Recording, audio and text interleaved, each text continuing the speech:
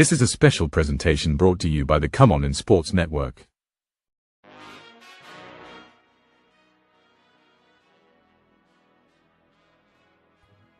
Who that nation? How you doing?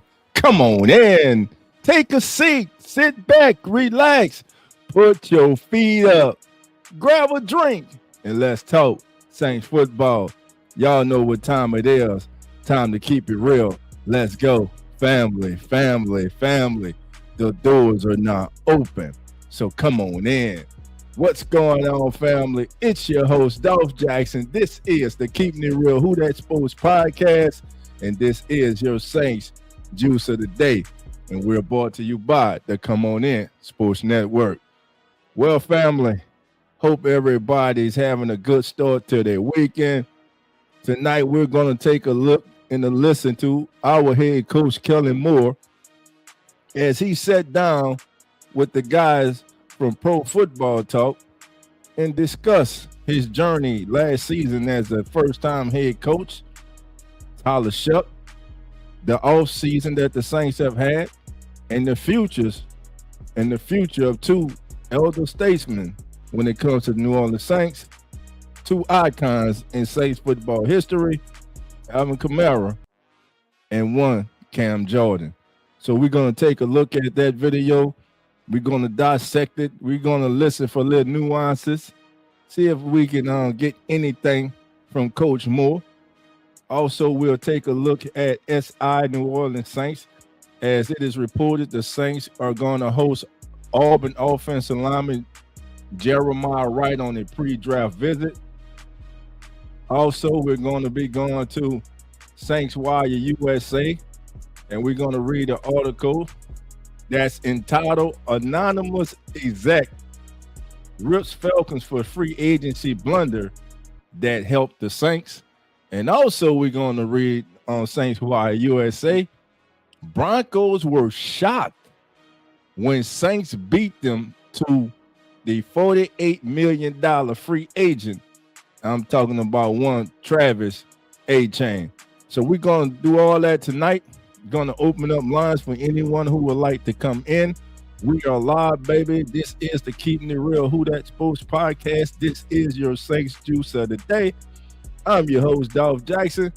And like always, family, the doors are now open. So come on in.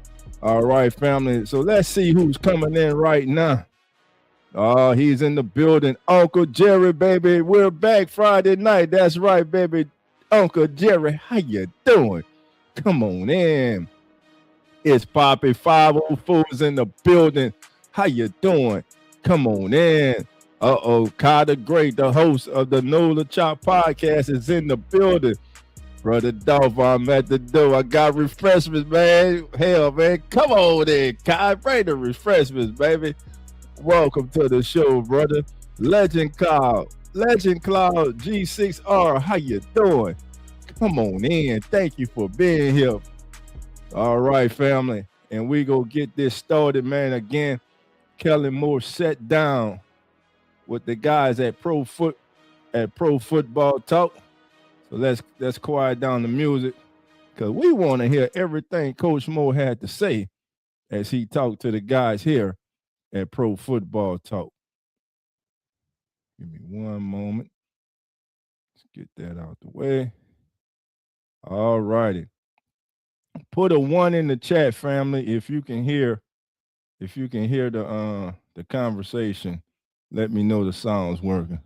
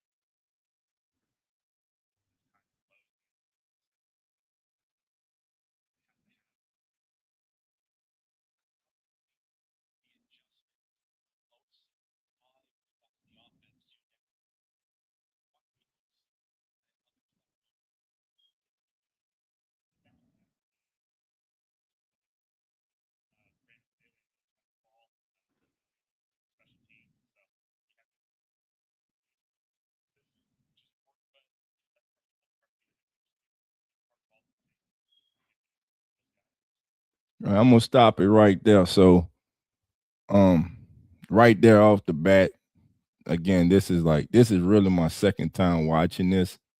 Um, you see that Coach Mo talks about Coach Steele and Coach Special Team Coach Galliano pulling off their experiences as head coaches in his first stint as head coach with the New Orleans Saints. You can tell at the beginning of the season that just like the team, just like his quarterbacks and every player on the team, he was trying to find his way. So together they were trying to find their way and navigate through the 2025 season. But as the season went on and toward the end of the season, you saw Kellen Moore start to make better decisions as a head coach. At the beginning of the year, toward the middle of the year, he had us frustrated. There were even some out there who were saying, "Hey, is he the right guy?" But winning 4 out of your last 5 games down the stretch, finding a young franchise quarterback in Tyler Shuck, going into the offseason, despite losing the last game of the season to the Falcons with a lot of momentum and knocking it out the park so far as on paper with the offseason additions through free agency with David Edwards, Travis A-Chain, the punter Wright comes in. So the Saints have really did a good job this offseason. Now, the caveat, the big bowler, the big boulder, the big rock that's in the middle of the courtyard is this. What's going on with Alvin? What's going on with Cam? Will they be back? I'm gonna say this. I believe Cam Jordan and Alvin Kamara should be allowed to finish their careers as members of the New Orleans Saints, just as Drew Brees was allowed to finish his career as a member of the New Orleans Saints. They have meant just that much to this organization. They have. They have. No, they were not a part of the Super Bowl winning team. Yes, the Saints would not have been in the Super Bowl without Drew Brees. Well, I could say without those 2 interceptions from Tracy Porter, because NFC Championship game, Tracy Porter. Super Bowl, Tracy Porter. But hey, y'all know what I mean when I say that, where I'm going with that. I just think that they have been solid players for this organization. They have been great in the community. They are New Orleans. They are New Orleanians, man. I mean, hell, Cammy got a key to the city, got a day name out them. And we've heard Elvin numerous times say, hey, he would rather retire than play for another team. Could the Saints and Elvin be waiting to see what happens in this month's NFL draft?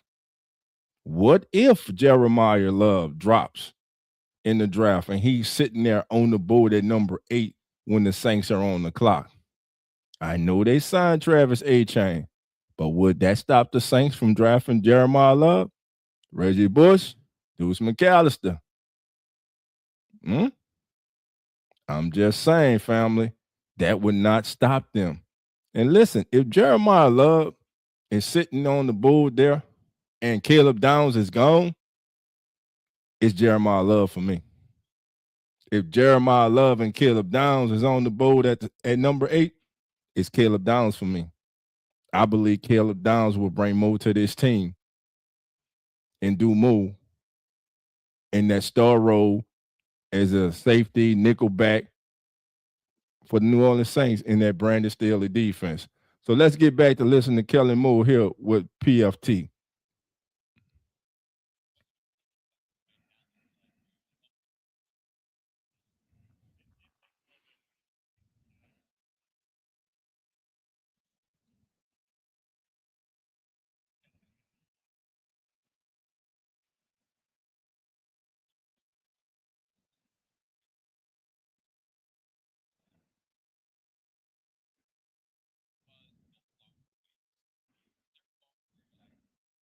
Great question.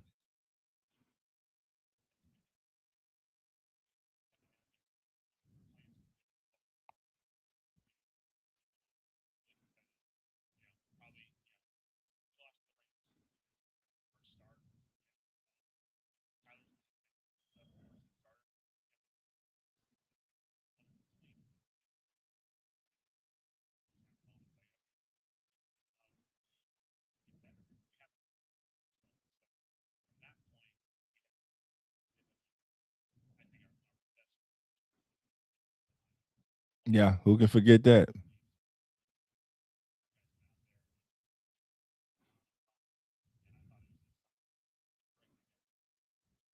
Okay, I'm gonna stop it right there.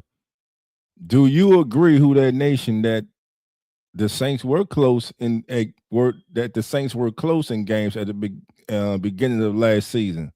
You can't hear the sound of video, but I can hear you good. All right, hold on. Give me 1 second. Let's see what's going on.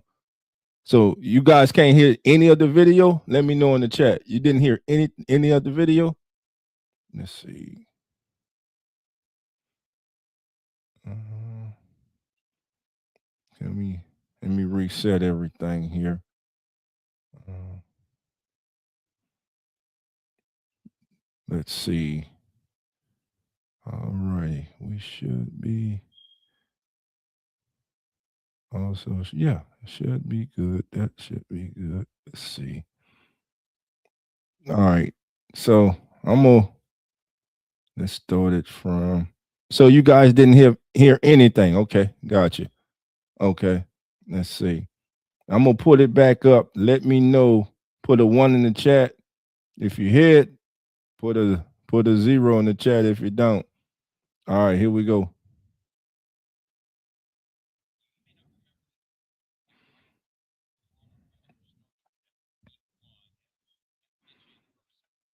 All right. What about now?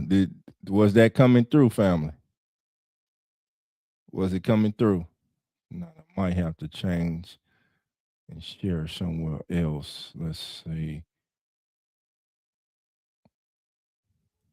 Uh,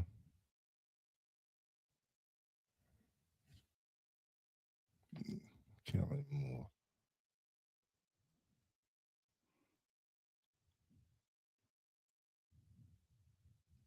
All right. What about 0? Okay, so we go. All right, what we gonna do? We gonna stop. I'm gonna have to switch. I'm gonna have to switch screens. So I'm gonna have to go to another screen. So let's do this. All right. There, there, there, here, that bag. All right, let's try this version. Let me know on this version here. And I haven't pressed start yet. So give me 1 second. And no, we don't. New Orleans Saints, he is Kellen Moore. Kellen, it's great to see you. We talked to you. You may All not right, remember I this. just pressed start. Right Can you hear it now? The roller coaster started for you week 1. Yeah. Now we get you in person. Give me the one thing you'd say now to the guy who was getting ready to go for his first NFL season as a head coach. Jerry, can you hear anything? No matter how much you plan everything and you're very structured and scripted, there's going to be things that you have to navigate during the NFL season. I think there's highs and lows, and the steadiness that our team has to have as you go through that journey was really important. How is the adjustment to I'm OC, all I worry about is the offense. Now, wait, I'm head coach, but I want to be OC, but I have other stuff going on, right? Yeah, no doubt. It's a balancing act. Obviously, I feel fortunate to have. That was a good question there about Chris Sims. And that's something I think we really needed to take into perspective. Kellen Moore had been a coordinator his entire career. He was coaching his entire coaching career. He has been responsible for paying attention to one unit. That's the offense. But now when he became head coach, he had to put all these different hats on. And as the conversation goes on, he's going to explain about how he had to navigate to understand, hey, I'm not just in charge of the offense, but I get to go in these other rooms also. And then he's going to bring it back to the beginning of the season. So here we go. Let's continue. Brandon Staley on the other side of the ball, Phil Galliano doing the special teams. And so you have guys who can lean on their experiences, which is important. But, that's part of the fun part of being a head coach, to get to be a part of all three phases and get to interact with those guys. And so, it was a lot of fun. When did you feel like you found the right balance, like where you're like, okay, wait, I got it, I'm in a groove now? It takes a little bit of time during the season. You feel like the off season, you're able to balance it out. And then, as soon as week 1 hits, it's like, okay, I'm back to play caller, and you're locking in. And so, it's a balancing act. Yeah. You mentioned the highs and the lows, and that's going to be true of any team, any season in the NFL. Rarely does anybody just encounter no adversity. But what was the low point for you? Was there a moment where you're like, good question. What did I get myself into with this head coaching thing? I think we just we just had to navigate some stuff. I felt like we were playing some good football. We just weren't winning games early. We were in a lot of games. Frustrated with losing. Probably we lost to the Rams. Tyler's first start. And while Tyler was going to have to navigate some stuff as a first-time starter, that was a team that was as talented as anyone in this league. And, we lost to them and they got after us. And so that was kind of a moment. It's like, all right, we got a lot of work to do and a lot to get better. And we have opportunities ahead of ourselves. And so from that point, we had what's turned into one of one of our best transitions, which was we went to Carolina. We won a football game. We'd only won one game so far during the season. Yeah. Our guys went out there and just competed and had a ton of fun. And I thought it was a sign of, we got the right kind of guys in this building. We'll talk. So that's where we had left off before found out we couldn't hear.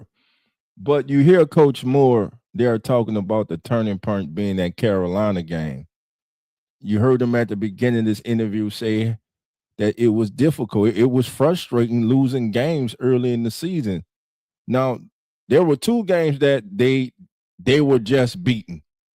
We know they were beaten up by the Seahawks and they were beaten up by the Rams. But every other game, they had an opportunity to win those games. After that Rams game, Tyler SHOUGH goes to Carolina and leads the Saints to their second victory of the season. And you heard Coach Mo say that really that was the moment, that was a turning point for this team. Down the stretch, the Saints, of course, will win 4 out of their last 5. Closed the season strong despite losing to the Falcons. I know enjoyed, but y'all didn't go anywhere either. Y'all were home with us. So anyway, but I like the questions where they're gone. I mean, think about it. You're coming from Philly. You're coming off winning the Super Bowl. You're inheriting a team that, as they say, was in shambles. Let's be frank about it. The Saints were in shambles. The starting quarterback you had, despite who that nation not liking him, but he was the best quarterback you had on the roster. He was the most proven quarterback you had on the roster, ups and retires. So he comes into this situation with a second-year quarterback who was forced to start games last year due to injury in Spencer Rattler. You had Jake Hayner on the roster as the third-string quarterback. You had an agent Taysom Hill. So he came in with his back against the wall. Now, let's transform the way that let's speed forward. Let's speed ahead to where we are right now. And we're gonna immediately get back into this. But just think from where this man came into the organization last year to this moment right here this week when he was at the owners meeting, sitting down talking the Pro Football Talk. What a 180-degree turn this team has made under his leadership.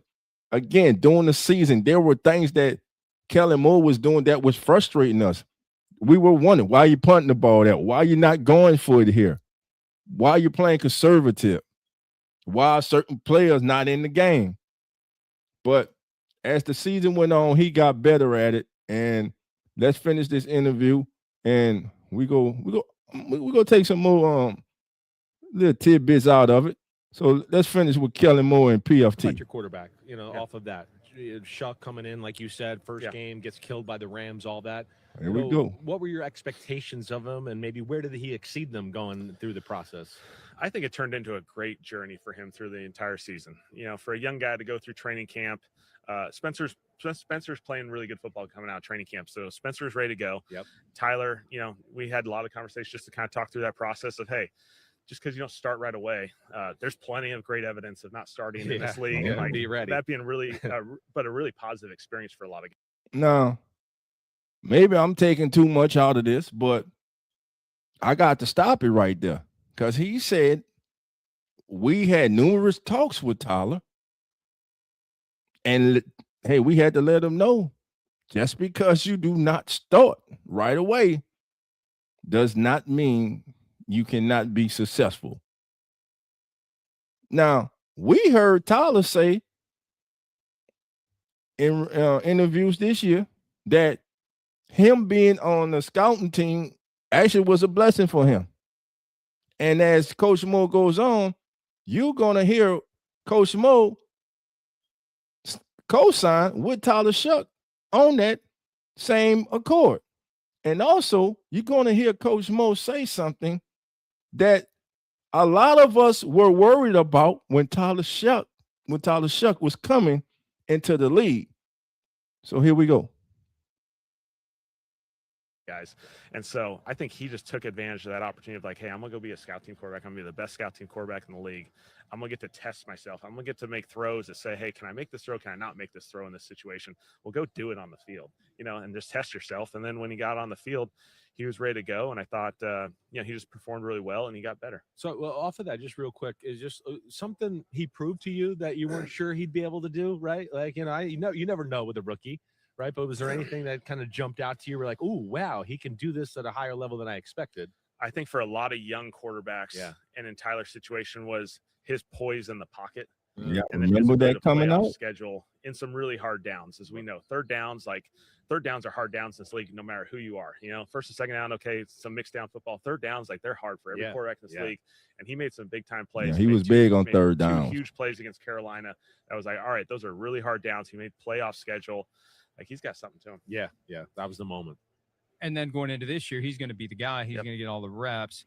Explain how different it will be for him and your expectations for him, knowing that he's going to have much greater preparation for week one than he did last year. I think it's the focus of our scheme. We'll be able, put a really good focus to our scheme as far as exactly how we want to play and the puzzle pieces, so to speak. And then his reps with just the core group, his reps with those guys. He's not going to be rotating a ton with, all the rest. Okay. I wanted y'all to hear that. We no longer, not like last year, where every day we were trying to figure out, we were going to listen in for Ross, Nick, and we were trying to figure out who's getting reps today with the first team. Would it be Tyler? Will it be Spencer? Why they even throwing Jake Hayne out there? Why? I mean, it had a lot of us baffled why he was even being thrown out there. No disrespect, but come on. He never was going to win the starting quarterback position here in New Orleans. And we all knew that. But here, Kellen Moore is letting you know, hey, Tyler SHOUGH, he's the man. He's going to get the majority of the snaps in training camp. He's the man. He's going to get every opportunity to build that chemistry with the core players that will be around him for the next several years. So let's keep it going, family. Let me know in the chat anything, family, that you are taking away from what we're hearing so far from Coach Mo. He's going to focus on that top group, get really good reps with those guys, be really prepared when the time comes for the start of the season. I'm always interested with a guy like you. You had great success in Dallas. You go to Philly, successful. Now you're doing what you're doing there. What's been maybe the biggest schematical change or something that you've seen over the last 5-6 years since you've been in the thick of things there? Yeah, that's a great question. There's a lot. I know there's a lot so that could go into that. Just the one that jumps into your head that you just go, wow, it's changed from my early days. I think the starting point for me that I've enjoyed most, and I enjoy the most, is been with Dak, been with Justin, been with Jalen, now, Tyler. Yeah. All these quarterbacks are different, and they're all structured different. And they have different exposures. And so I really enjoy building the system kind of around those guys and having a ton of fun. I think from a quarterback perspective, we're probably a lot more of a pure progression sweeper mentality. Yeah. You know, where it used to be a little bit more pick a side. Yeah, Hey, one safety this side, two safeties that side. And now all these defensive guys got really smart and make it all look the same and Yeah. muddy it up. And so you're like, okay, well, which side are you're picking the wrong side. Okay, Yeah, you're picking well, the wrong it's a side. tough Okay. look, coach. I All don't right. know. They look like it's a one. I don't know. You tell me. All right, so let's just start over here, and then we'll solve problems working back all the way across. Yeah. Things. So Yeah. I think that's something that we've put a lot more focus into. Gotcha. Yeah, that's interesting to hear you say that. Was there a moment once Tyler started playing, whatever it would have been, a pre-snap adjustment, something he did during the play, a throw he made that made you say, aha, this is the guy. There it is. That I believe in this guy. I just think those third downs, his first couple weeks, he hung in there against the Rams. Carolina, he makes 2 scramble plays.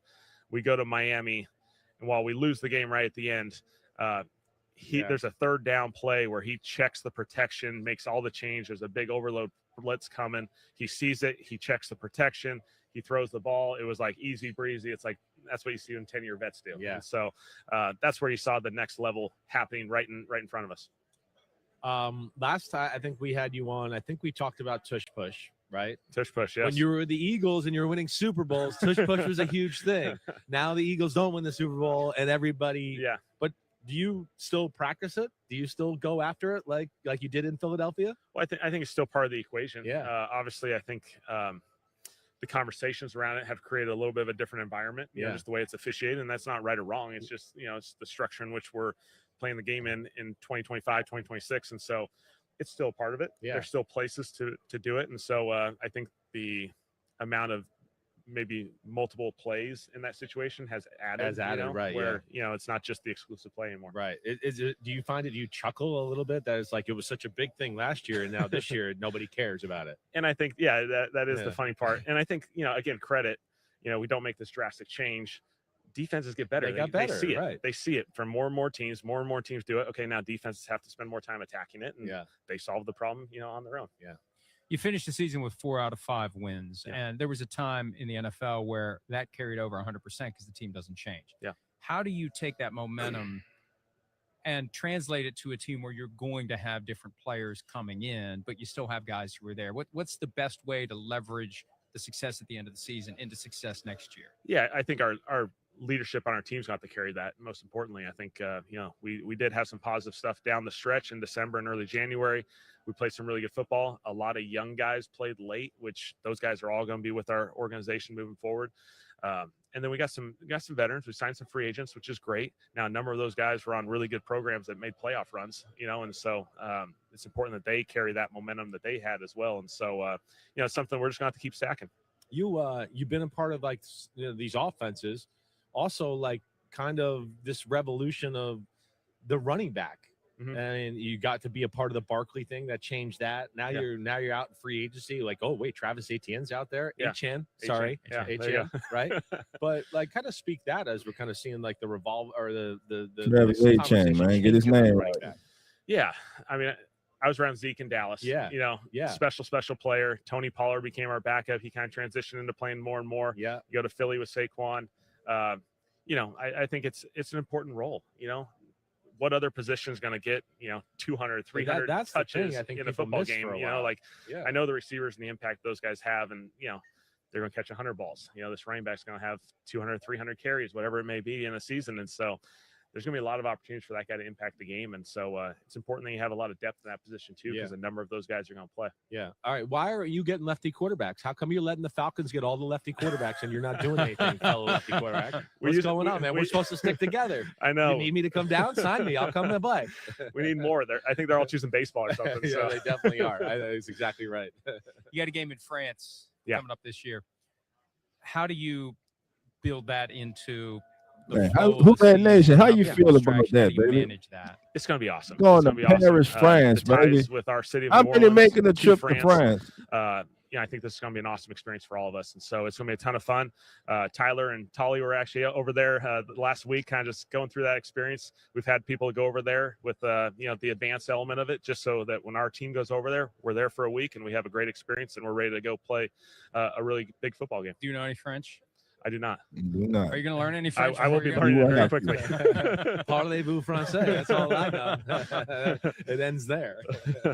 Cam Jordan's still out Yeah, there. here we go. And he's been such a bedrock player. Any chance it's going to work out and he's going to end up back with the team? Yeah, we love Cam. Obviously, Cam's had a great We experience. love He means a Cam. ton We to our love Alvin. organization, our A lot of community. love. He's a Sign free him. agent, and he's had a great year last year. And so, again, his responsibility is also put himself in the best position to be successful as well. And so, I think it's a really good conversation for both sides, and we'll continue to go through that.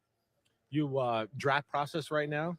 Draft process Yeah, right in it. Yeah, I mean, you're like tell people like kind of the transition, because I think some people think you guys know everything about the draft right now, and you're like, no, wait, I'm just kind of getting started and getting deep in this right now. Yeah, I think the fun part Yeah. is we all kind of know the first couple round guys. I've kind of gone through that process the last 2 months. Yeah. It's fun as our coaches and our personnel guys have really spent a lot of time having those conversations now of, okay, what's that day 3 going to look like for us? Because that's where the fun part Some of goes these through. guys, hidden gems that are there. Yep, no doubt. Yeah. When Travis Etienne signed, the obvious reaction was, especially since there had been an adjustment to Alvin Kamara's contract, that his days are numbered. What is his status right now with the Saints? Yeah, we love Alvin, and we think the world We of Alvin. love- He's you love- making we his life love for our organization. everybody. He's a part of our running back We ain't room, signing so, everybody, though. we got a really talented group there that we Alvin can is deploy all on the these guys contract, into though. different roles and allow us to be really successful in the run game, which is something that we need to improve on last year. It is amazing. It's going to be year 10 for him. Yeah. He still has that feel, that vibe of like when he first got into the NFL. It's like, he was third round pick, 2017, guy that Sean Payton loved, and he's been a phenomenal player for a decade now. You defensively, like in the league, right where we are with Seattle. What we all copied the Super Bowl teams, no doubt. What about Seattle jumped out to you? Just watch them. I know you didn't get to play them during the He regular did. season. He Oh, we beat the played them. hell I got out of after. Oh us, wait, actually. you could play them. I'm glad. bad, man. I'm glad you forgot it. Yeah, down the school 40. But what's your thoughts, family? As he was talking about Alvin, kind of vague again, nothing in stone. We love Alvin. No doubt. As Mike Fratello is saying that, hey, Alvin still has that bounce to his step. He still is like when he first came into the league, as far as his his demeanor and his enthusiasm to play the game. And I mean, hey, you see Kellen goes to say that you're gonna need more than one running back. We got some guys in that room. So not a really big, commitment. He can in all this now by saying, listen, Alvin and Travis, look, those are our top 2 backs. Then we got other guys who are going to be competing in that room to get touches, and we know that it's a game of nutrition. Look no further than last year when we had to go for our 4th and 5th running backs. So he could have ended that right now. Again, like I said earlier, I believe the Saints and Alvin Kamara are waiting until the draft concludes to see if the Saints land a top running back, namely the top running back, Jeremiah Love. I believe if they do select Jeremiah Love, and if Alvin doesn't take a pay cut, his days as a New Orleans Saint could be over, which I would not like. It's not.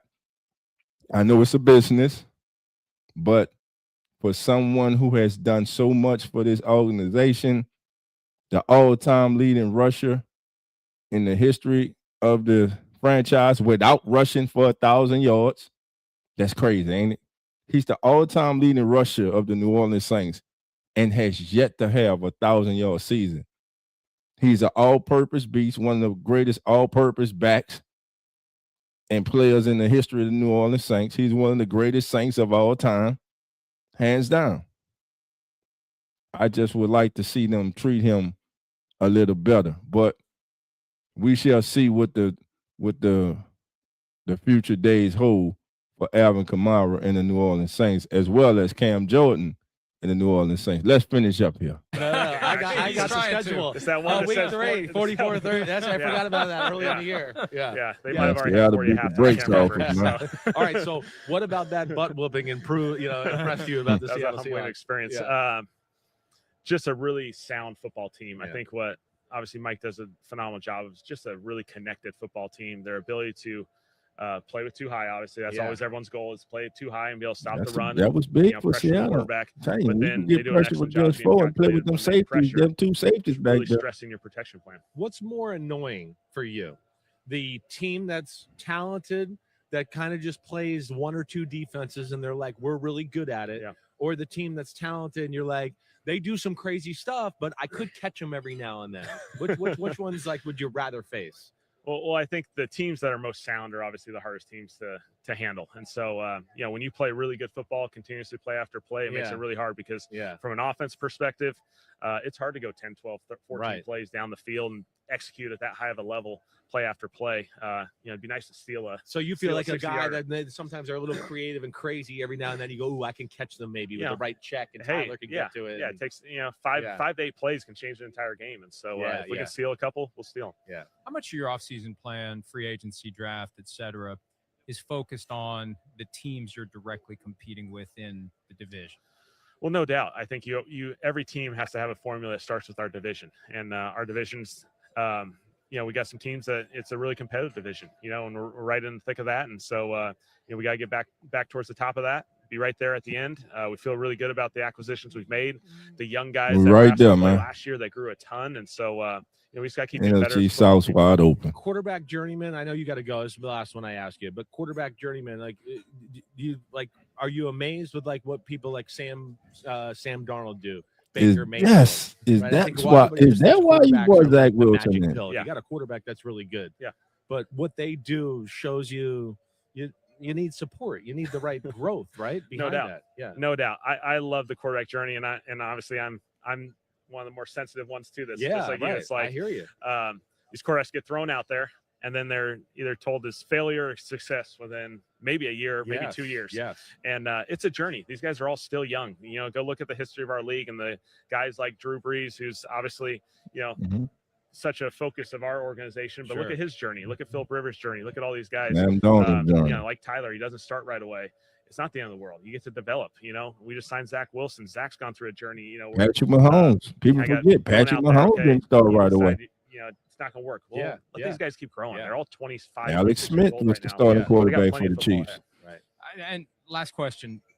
I was a little surprised when you signed him last week. Tell me what you saw in him that made you think you got to add to the depth chart. I'm excited about Zach. I think, I thought his progress, I thought the Denver film, I thought he made some really good strides there. And I think it was a really healthy environment for him. He might be just talking about him to continue to grow. And so we feel like we're in a great spot. I ain't seen Zach Wilson in the regular season for the Broncos. Broncos. Spence. Yeah. Spence, I thought, played some really good football out there. We didn't win enough football games collectively as a team, but I love Spence. And so for us to kind of continue to add to that room, I think is an important thing. I'm all about helping these guys develop as players and put them in position to be successful in the future. Yeah, it's a good room. Year 2 not over for him though. It's not over for Zach Wilson. The rest of them in New Orleans. We appreciate some of your time. We wish you all the best, and we look forward to talking to you again. Awesome. Thank you so much, guys. Brush up on your French. All right, family. There you go. That was Coach Mo on PFT Pro Football Talk. Hold on a minute. So, what is your thoughts, man? J Rock, how you doing? Rock says, hold on, I'll get you, Rock. Rock says Mo needs to address the elephant in the room regarding Seattle. Your former wide receiver kick return Rashid, a need for speed, a huge factor why Seahawks got that title. Hey, listen, they got to pay Chris. They weren't about to pay Rashid and Chris. That's all I can see. OG Stoner's in the building. Stoner, how you doing? Come on in. All right, family. We just listened to Kellen Moore as he sat down at this week's owners meeting talking to Pro Football Talk. Some great questions by those guys, questions that we wanted to ask, that they asked Coach Moore. Man, and like a great politician, he danced around a lot of those questions. But we shall see after the draft goes down what happens with Alvin Kamara. If they don't land Jeremiah Love, I believe Alvin's back on not back on, he's on the team. I believe they keep Alvin on the roster. But I believe the Saints really right now, I believe the main thing is the Saints don't want to pay Alvin at the current salary that he's at. I believe they want to restructure that contract. So maybe and hopefully they can meet somewhere in the middle where both parties are satisfied and Alvin can finish his career where he rightly belongs, and that's as a member of the New Orleans Saints. All right. Let's see. All right, family. Now we're going to go to SI New Orleans Saints, and we're going to look at an article as the Saints are reportedly hosting Auburn offensive lineman for a pre-draft visit, Jeremiah Wright. So we're going to take a look at that right now.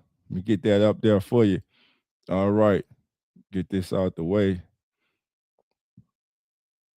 All right, here we go, family. So it says Saints to host Auburn offensive lineman Jeremiah Wright. This is by Ari Pulley. This is fresh off the presses, baby. 5 hours ago, baby. Here we go. The New Orleans Saints are hosting Auburn offensive lineman Jeremiah Wright on a pre-draft 30 visit in mid-April, on SI has learned. Wright started in 24 games for the Tigers over the past 2 seasons, earning a 68.2 PFF overall grade in 2025, which ranked in the 83rd percentile among college football offensive guards. We need guards. The former Auburn guard recently had a formal breakfast meeting with the Saints officials, according to Ron Fowler. A source confirmed he also has a pre-draft visit scheduled with the New England Patriots. So the Saints are bringing him in for a pre-draft visit. They have already sat down and talked to this young man, had breakfast with this young man. So this is a young man that they are really interested in. So what could be a long-term solution? Wright could be a long-term solution for the Saints. Projections across the NFL have indicated that Wright is likely to be drafted in the mid to late second day, with the third round being the most probable scenario for the Selma, Alabama native. Hey, he's right up the road in Alabama, baby. Gulf Coast. Wright stood out at the 2026 Panini Senior Bowl in Mobile, Alabama, just a few hours from where he grew up. After an impressive performance in Mobile, he received an invitation to the NFL Scouting Combine in Indianapolis. Wright didn't test at the Combine in late February, but he measured well and participated in his position drills. His 83.5-inch wingspan placed him in the 99th percentile among all offensive guards. When you watch the tape, you see an excellent blocker in the run game that needs some improvement on passing downs. He's very explosive at the point of attack. He's really strong and plays with an edge as a blocker, and AFC National Scout told NFL.com. The protection part is what is going to have to get cleaned up. So he's pass blocking, baby. The Saints are aiming to boost their ground attack, which was ranked 28 in the NFL for total yards and 31st in rushing yards per attempt. General Manager Mickey Loomis and the front office made 2 major signings on the first day of NFL free agency by signing running back Travis Etienne Jr. and offensive guard David Edwards to lucrative multi-year contracts. Given questions about the future in New Orleans for Cesar Ruiz and the long-term health and durability of Eric McCoy, adding a player like Wright will make sense even if he were to play a depth role for the first few seasons of his career.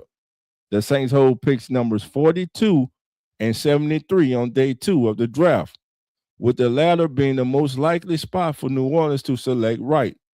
Loomis might also trade up into the later parts of the 3rd round if he believes the former Auburn offensive guard will still be available then. Makes absolutely great sense. You get a kid in the 3rd round who will give you quality depth and does not have to immediately be thrust into the starting lineup. He will have time to sit back and develop. And I don't know if he plays center also, but I believe this. If Cesar Ruiz's season doesn't have a if Cesar Ruiz doesn't have a bounce back season this year, this could be his last season as a member of New Orleans Saints. So Jeremiah Wright is a young man to keep our eye on, family. On day 2 of the NFL draft, the Saints are bringing him in for a 30 visit, pre-draft visit. They have already sat down and had breakfast with this young man at the Senior Bowl. So they are really interested in this young man. All right, we got a comment. To be fair, AK needs to do his part and produce too. He can't do anything if he is injured. True.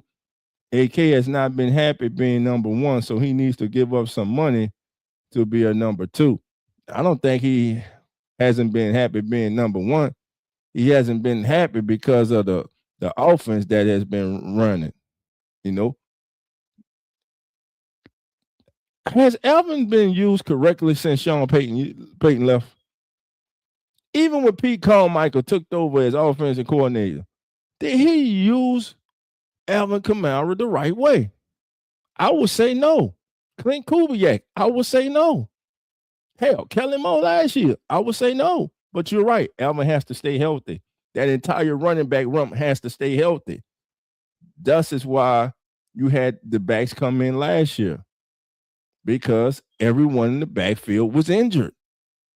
Listen, if a talent like Jeremiah Love is there at number 8, and I'm going to say this again, and if Caleb Downs is gone, because I'm telling you right now, that's who I want. I believe that's the home run for the Saints. I understand about the talent of a Jeremiah Love.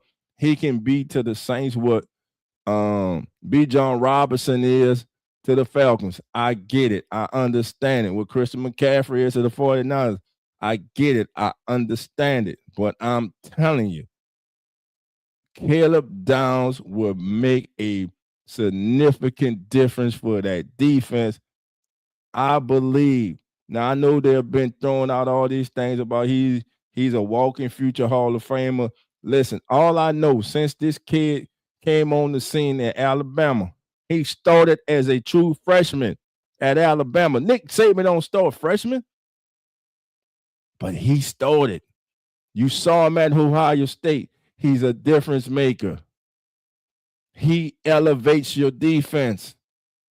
Alontae Taylor's gone.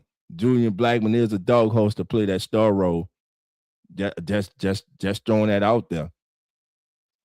Julian Blackmon, week 1, had a good game. He goes home, has this injury that blows up overnight, and he's out for the season.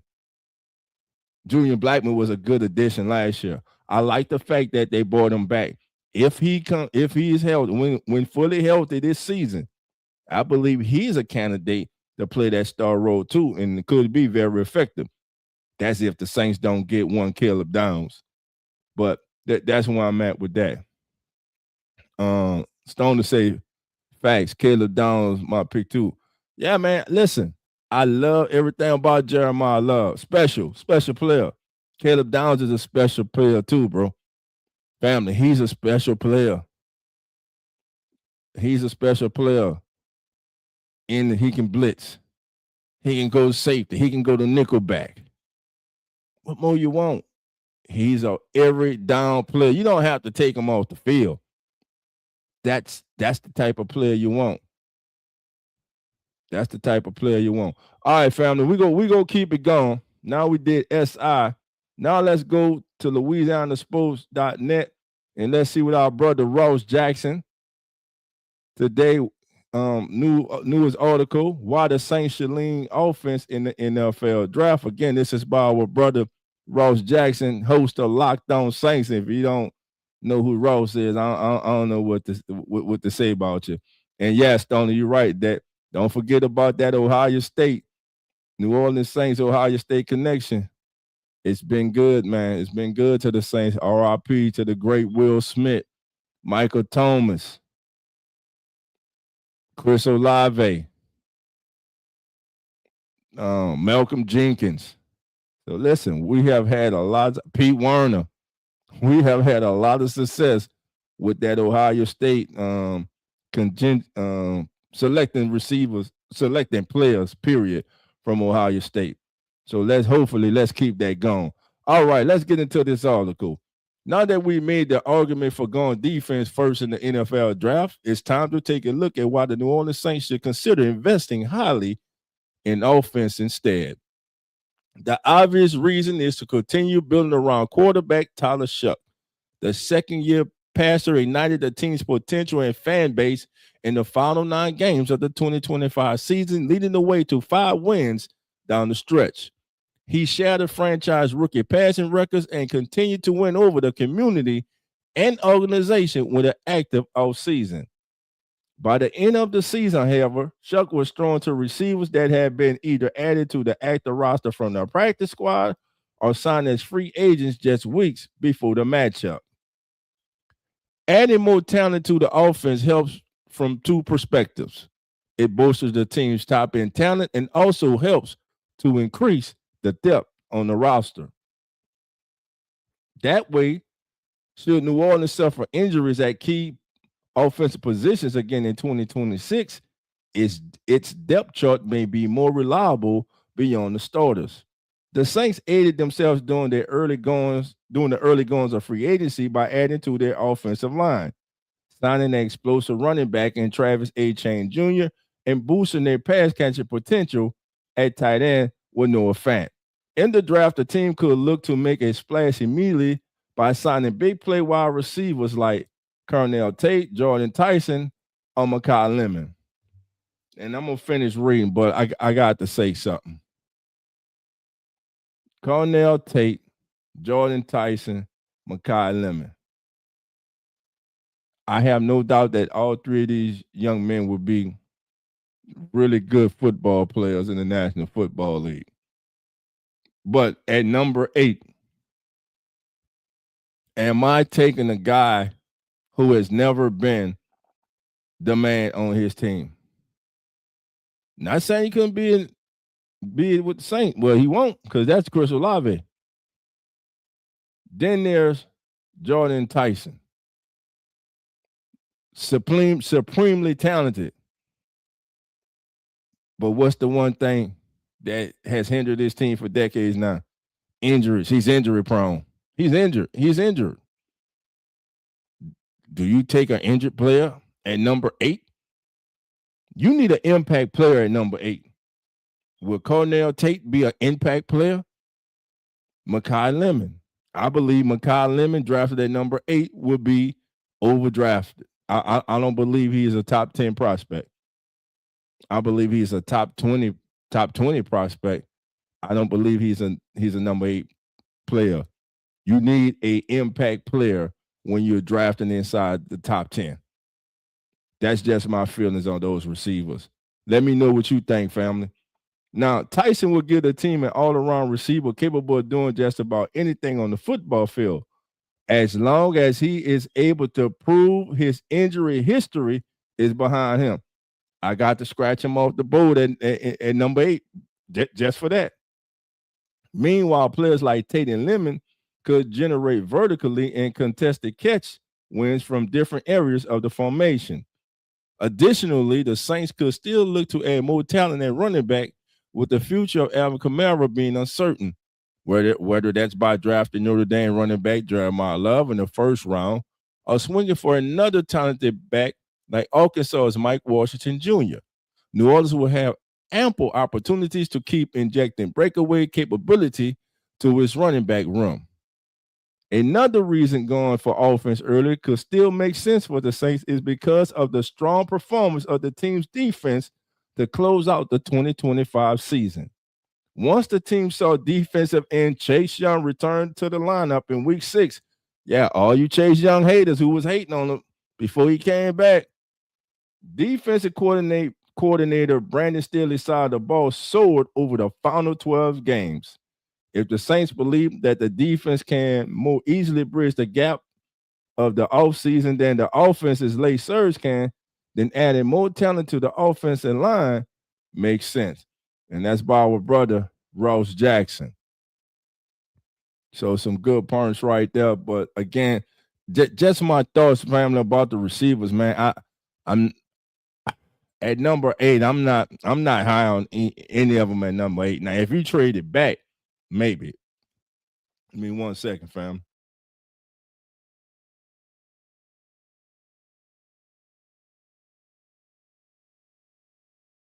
So again, if you trade it back, I'm more inclined to take them outside the top 10, not at number 8. Neither. Now, if Jordan Tyson was healthy and he didn't have these concerns about his injury history, yes. But I don't see it. I don't see it. Now, listen, if any of these young men's name is called in the first round on draft night and they're the newest members of the New Orleans Saints, welcome to the family. Who that, baby? But right now, I'm just saying. All right. Jerry said Kellen Moore announced earlier this week at the owners' meetings that training camp would be back in Metairie this year. Yes, he did, and that's a good thing. The fans get out there in that heat, baby. Watch them boys working at Louisiana Heat, man. Build that character, man. Learn how to fight through it. Hemisphere 7156 says that's main reason why they haven't signed Olave. Those concussions has hurt his money. Loomis isn't going to give Olave more than he is off. Loomis isn't going to give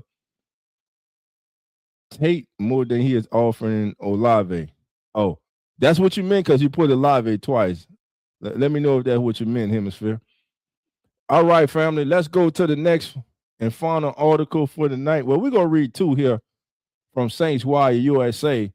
First one we go read because anytime we can do anything that hurts them dirty, filthy, black and red pheasants, I'm down for it, man. Shout out to my brother, Emmanuel Cowboy, host of Atlanta Falcons Fandemic and a member of the Come On In Sports Network. What's going on, bro? You know I got to mess with you. And shout out to my third cousins, Swan. What's up, Swan? All right, man. Anonymous exec rips Falcons free agency blunder that helped the Saints. All right, let's see what this anonymous exec had to say. Everyone has an opinion that extends to NFL general managers, personnel executives, and head coaches. With free agency largely in the rearview mirror in the league convened in Phoenix for spring owners meetings, it's a good time to gather some scuttlebutt. The Athletics' Mike Sanders shared takes from anonymous executives from different teams on the moves all 32 squads made in free agency. Oh, here we go. Some were good. The New Orleans Saints were lauded for building an impressive free agent class. Some were not. 3 different anonymous sources criticized the Atlanta Falcons' plan for free agency or lack thereof. The third executive Sanders spoke with put Atlanta front office under the microscope in particular. You give the 41-year-old kicker Nick Folk 2 years, $9 million, $4 million guaranteed.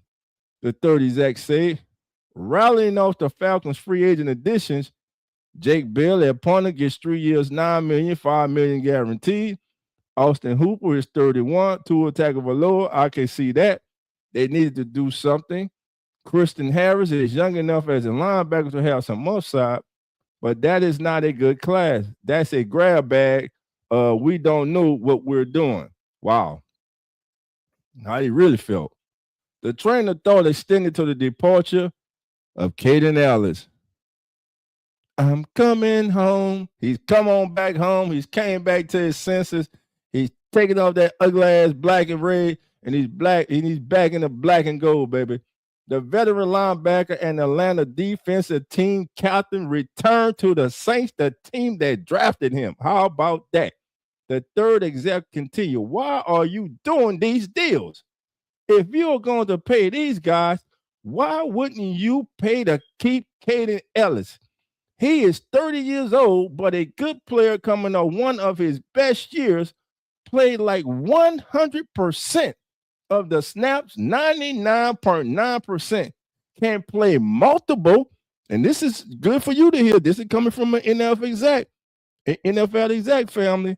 Kaden Ellis can play multiple spots, can rush, play off the ball. It's crazy. One team's loss can be another team's gain. Ellis will replace his old mentor, Demario Davis, in the middle of the Saints defense, and his contract is loaded with incentives that will reward him for rushing the quarterback in obvious passing situations. While the Falcons made a strong effort to keep defensive coordinator Jeff Albright on staff after hiring a new head coach, they didn't extend the effort to re-sign one of Albright's best players. Now he's playing against them. Let's hope this isn't the last bad decision to come out of Atlanta for New Orleans to capitalize on. And I could not agree more. Keep making those bad decisions. I love it. I just love it. All right, family. Now, the other one here is, listen, Sean Payton, he won up us a couple of times. About time we get his ass back. We got him, baby. We got him. That's right. Broncos were shocked when the Saints beat them to $48 million free agent. Y'all know who we talking about. Travis A-Chain Jr.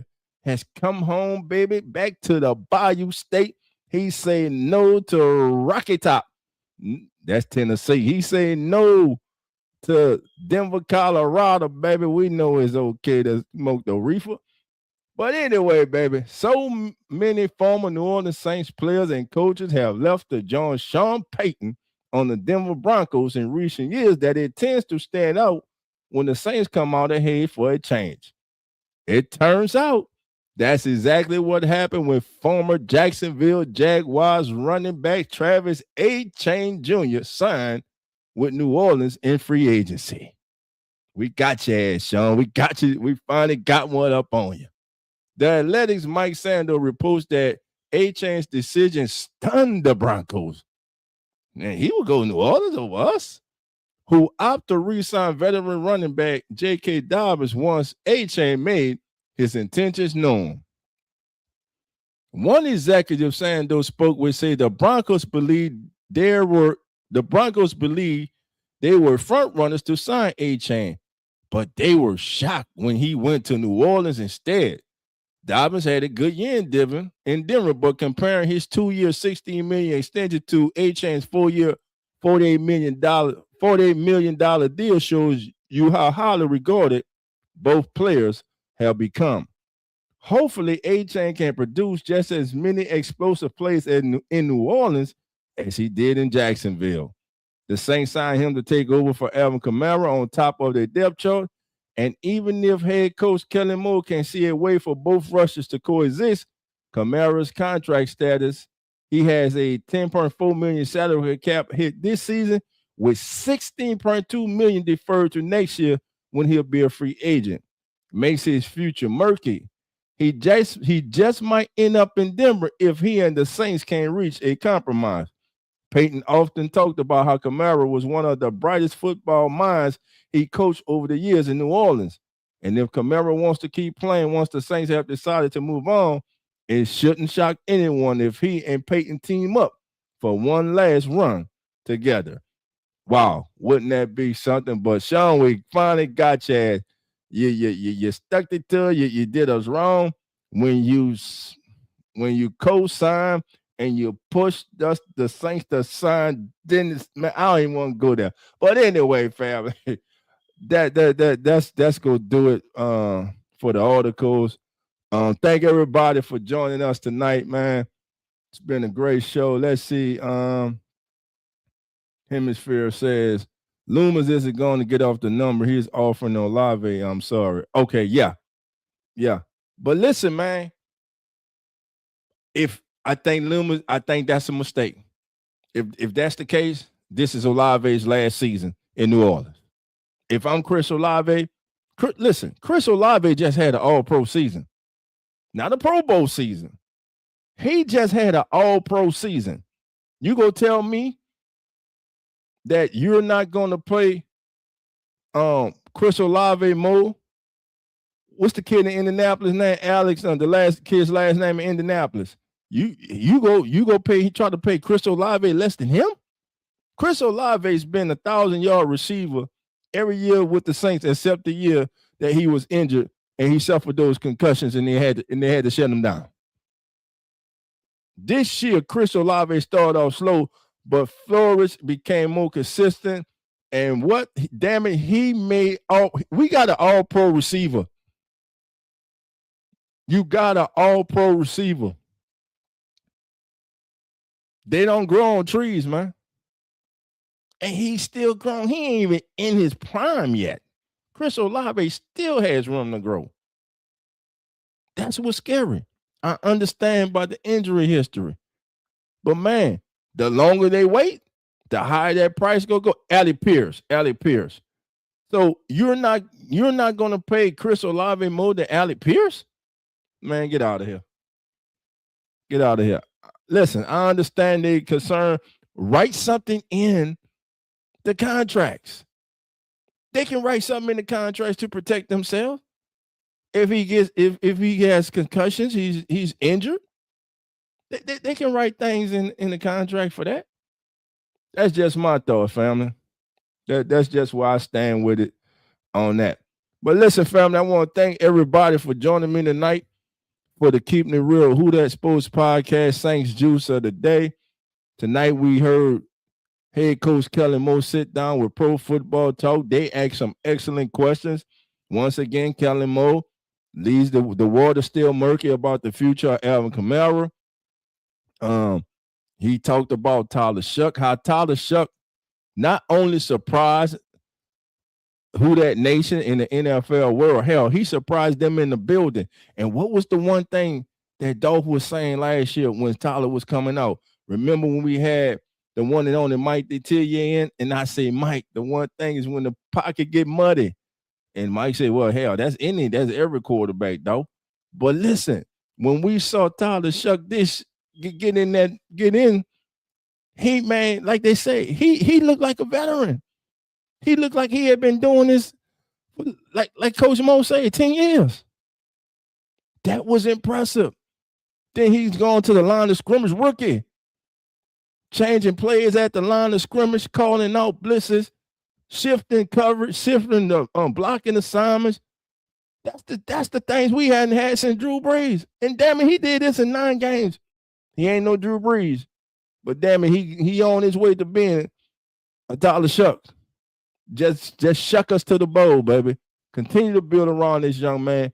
Put good players around him. Build a depth on this team. Saints must have another good draft this year if they're able to hit in this draft, just like they did last year. And that last year's draft class continues to grow.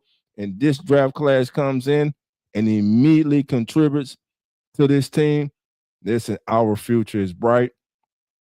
It's all about Tyler Shough, man. We got to keep this kid upright. The Saints are doing their due diligence in the pre-draft format.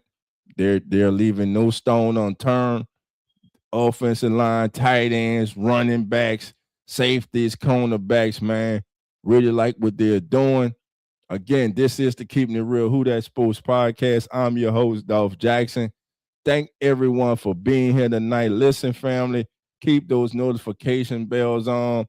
We'll be coming back tomorrow and Sunday with another draft preview on the most mock players to the Saints on day 2 and 3. And also this Sunday night at 6 p.m. Central Time, 7 p.m. Eastern, join us on the Come On In Sports Network for Come On In NFL as we will dive into the 2026 offseason, the free agency moves, and also we will have our own mock draft Sunday night. So tune in, family. If you haven't subscribed to the Come On In Sports Network, please go to the Come On In Sports Network YouTube channel and subscribe.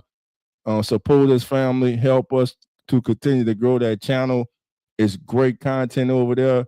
You not only have myself with the Keeping It Real Who That Sports Podcast, you have Real Fan Sports, which is hosted by Nonfiction and Zach. They do wonderful work over there. They cover everything: rugby, cricket, baseball, basketball, football. And then there's Uneducated Sports Talk hosted by our brother, Mr. Carlos Clayton, and his co-host, PJ, as Carlos holds it down, man. NFL, NBA, baseball, man. And he does great live streams, man. It's just like you're listening to the radio. He does great play-by-play. Then there's Come On In Bills with Lawrence and Jeremy. Die-hard Buffalo Bill fans who keep it real, though, who keep it real about their team and about the NFL. Lawrence is on Substack. He's our writer for Come On In Sports Network on our Substack channel. So please support us over there at Substack also. And, man, we would like to once again shout out, man, our newest family member, man, the one and only Mr. St. John Butler. That's right. The Saints historian himself has come aboard. He's the newest member of the Come On In Sports Network. And we're streaming live to his channel right now. So, John, thank you, my brother. We appreciate you. We look forward to working with you, man, and growing together. So, family, let me just say this. Shouts out to everybody in the chat. Have a good weekend. Happy Easter to everybody. Stay safe. Have a good week. I'll see everybody Sunday night. But remember, 6 p.m. Central, 7 p.m. Eastern. Come On In NFL on the Come On In Sports Network channel, YouTube channel. We also will be live on X. So come on in, baby. Let's have fun. We're going to talk Saints football. We're going to talk NFL football. So no matter who your team is, we going to have you covered. So until then, family, like we do, love and who that.